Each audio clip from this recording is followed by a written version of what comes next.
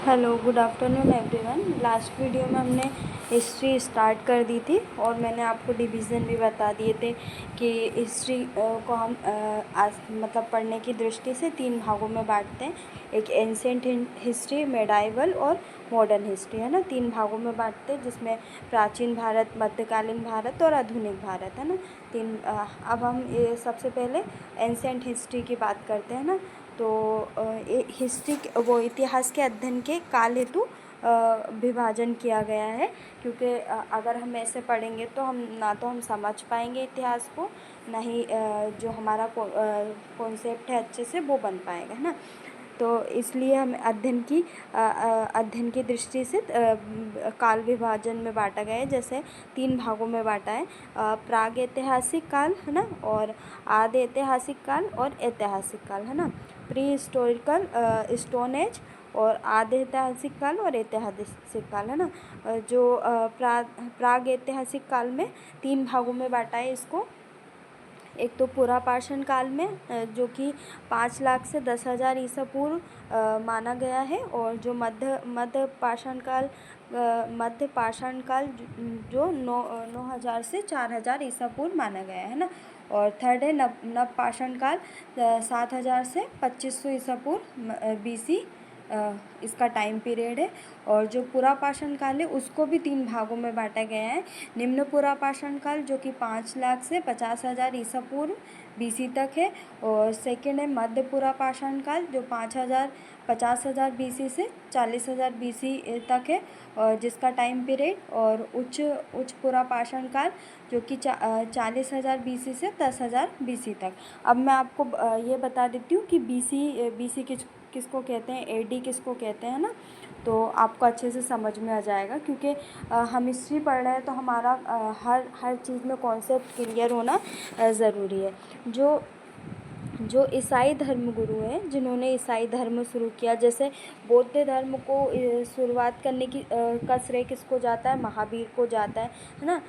वैसे ही जैन धर्म को शुरू करने का श्रेय भी जो जैन धर्म है उसको शुरू करने का श्रेय किसको जाता है, महावीर को जाता है।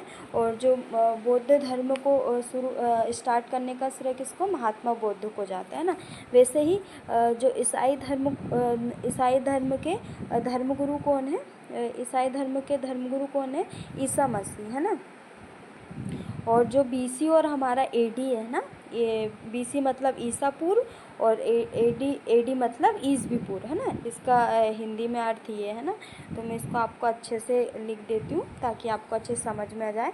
BC मतलब ईसा पूर्व, BC मतलब ईसा पूर्व, और AD मतलब ईसवी पूर्व, ईसवी पूर्व, है ना।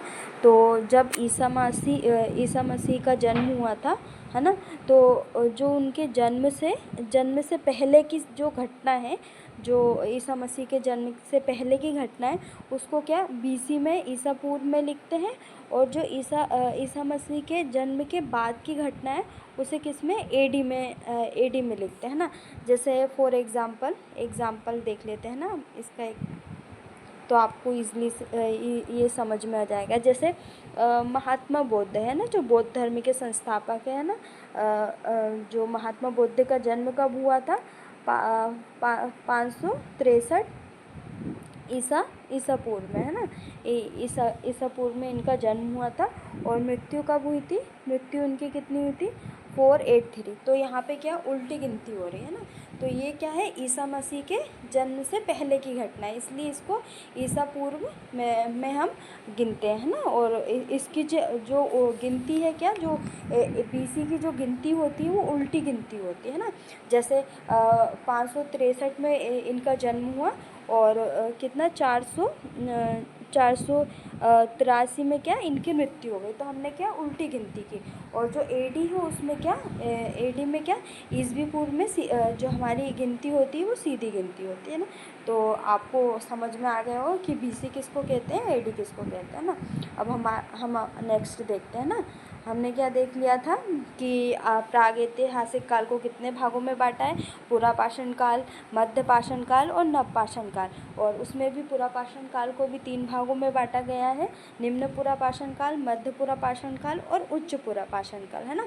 अब इसमें भी हम इसको निम्न को अलग से पढ़ेंगे, मध्य को और उच्च को अलग से पढ़ेंगे कि इन जो इस पीरियड में है क्या क्या घटनाएं घटित हुई है ना।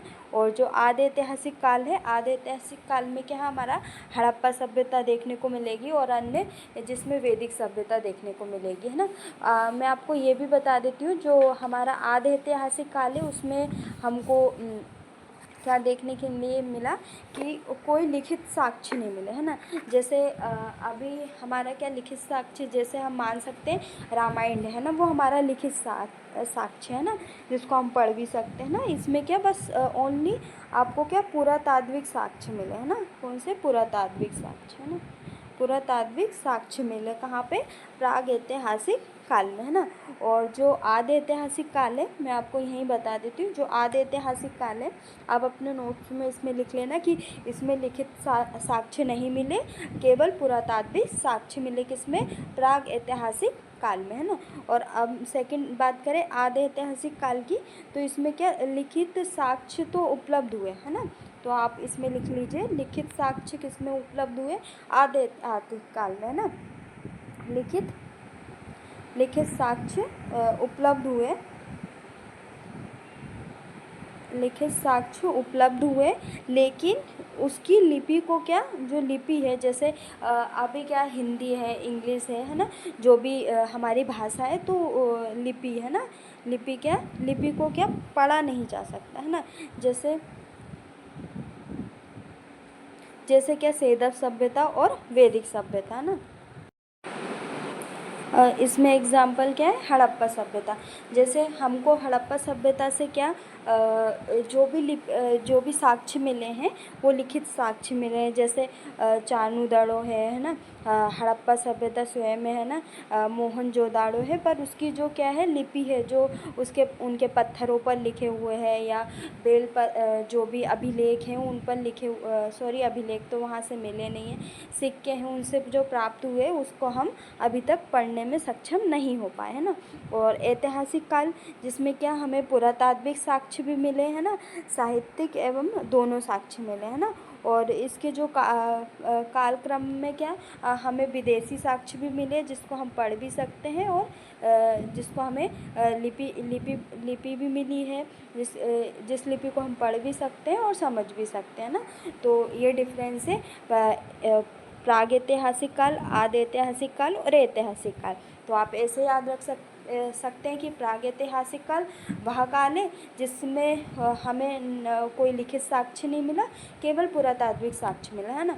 और जो आदि ऐतिहासिक काल है उसमें हमें लिखित साक्ष्य मिले, परंतु हम उसकी लिपि को पढ़ने में सक्षम नहीं है, और आदि ऐतिहासिक काल में हम लिपि को पढ़ने में सक्षम है ना। अब सबसे पहले हम पुरापाषाण काल के अंतर्गत पुरापाषाण काल को पढ़ते हैं ना, कि उसके अंतर्गत क्या क्या हुआ था ना। जो पुरापाषाण काल है उसके जो साक्ष्य हैं उसके साक्ष्य कहाँ से साक्ष्य क्या है, लक्षण अगर देखें या साक्ष्य तो आपको स्थल है वो, है ना। हम लक्षण देख लेते हैं कि मतलब वहाँ पे क्या क्या चीज़ें हुई थी, है ना। सबसे पहले क्या अखेटन देखने मिला था। अखेटन मतलब क्या होता है कि जैसे वहाँ पे जो भी भोजन के लिए जो भी चीज़ें इकट्ठे करते हैं ना, उस चीज़ को, है ना, शिकारी प्रवृत्ति कहते हैं, है ना। खास संग्रह के इकट्ठा करते थे, और थोड़े पशुपालन का ज्ञान नहीं था ना इस समय, जो पुरापाषाण काल में किसका पशुपालन का ज्ञान नहीं था। ये आपसे पूछ सकते हैं कि किस चीज़ का ज्ञान नहीं था, पशुपालन का ज्ञान नहीं था ना, कृषि का भी ज्ञान नहीं था, और आग का ज्ञान का उपयोग भी नहीं था ना। वो क्या आग को भी समझ नहीं पाते थे, सिर्फ शिकारी प्रवृत्ति के लोग थे, है ना।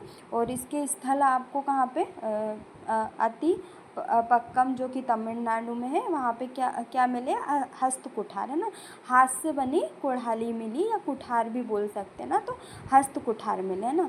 और अन्य अन्य जो स्थल है जैसे हथनोरा है ना, हथनोरा कहाँ पे, मध्य प्रदेश के अंतर्गत है। कहाँ पे, विशेषकर नर्मदा घाटी में, है ना, नर्मदा घाटी। और जो हमारा सर्वप्रथम जो साक्ष्य है वो नर्मदा घाटी से ही प्राप्त हुआ है। कहाँ से, जैसे आपसे क्वेश्चन पूछ सकते हैं कि मानव का सर्वप्रथम साक्ष्य किस घाटी से प्राप्त हुआ, तो नर्मदा घाटी से मानव का सर्वप्रथम साक्ष्य मिला, है ना। यहाँ से क्या आपको मानव खोपड़ी एवं कंकाल का पहला साक्ष्य मिला। और जो हथनोरा है वो कहाँ पर है, अगर मध्य प्रदेश के अंतर्गत देखें तो, क्योंकि ये अगर आप एमपी का एग्ज़ाम, जैसे जो आपका सेंट्रल का एग्ज़ाम है उसमें तो आपसे ये पूछेंगे नहीं कि हथनोरा कहाँ पर है, पर एमपी के एग्ज़ाम में आपसे पूछ सकते कि कहाँ पर है, तो सीहोर के अंतर्गत हथनोरा आता है ना। और भीम बेटिका से क्या, गुफा चित्रकारी का साक्ष्य मिला, है ना। ये भी कहाँ पे, मध्य प्रदेश के अंतर्गत है और नर्मदा घाटी के अंतर्गत ही, है ना। और मिर्ज़ापुर उत्तर प्रदेश में, यहाँ से क्या काले औजार मिले, है ना, क्या मिले, काले औजार मिले, ठीक है। और जो पुरापाषाण काल है ना, पुरापाषाण काल को भी 3 भागों में बांटा गया है, निम्न पुरापाषाण काल, मध्य पुरापाषाण काल और उच्च पुरापाषाण काल, है ना। अब हम निम्न पुरापाषाण काल को देखते हैं। जो निम्न पुरापाषाण काल है उसके साक्ष्य कहाँ से मिले, सोहन घाटी से, है ना। सोहन घाटी से सोहन नदी या सोहन घाटी भी बोल सकते हैं। तो जो निम्न पुरापाषाण काल को है सोहन संस्कृति भी बोलते हैं, क्योंकि इसके साक्ष्य सर्वप्रथम कहाँ से मिले, सोहन नदी से। जैसे हड़प्पा सभ्यता इसलिए बोलते हैं क्योंकि इनके साक्ष्य कहाँ, सर्वप्रथम हड़प्पा से मिले। और सिंधु सभ्यता भी इसलिए बोलते हैं कि सर्वप्रथम इसके साक्ष्य सिंधु नदी के पास मिले, है ना। इसलिए जो निम्न पुरापाषाण काल है हम आगे इसको पढ़ेंगे, सिंधु सभ्यता, है ना, हड़प्पा सभ्यता, वैदिक सभ्यता, है ना। तो इसके साक्ष्य के सोहन नदी के से मिलने के कारण इसलिए इसे सोहन सभ्यता भी बोलते हैं ना, निम्न पुरापाषाण काल को, है ना, सोहन संस्कृति, सॉरी।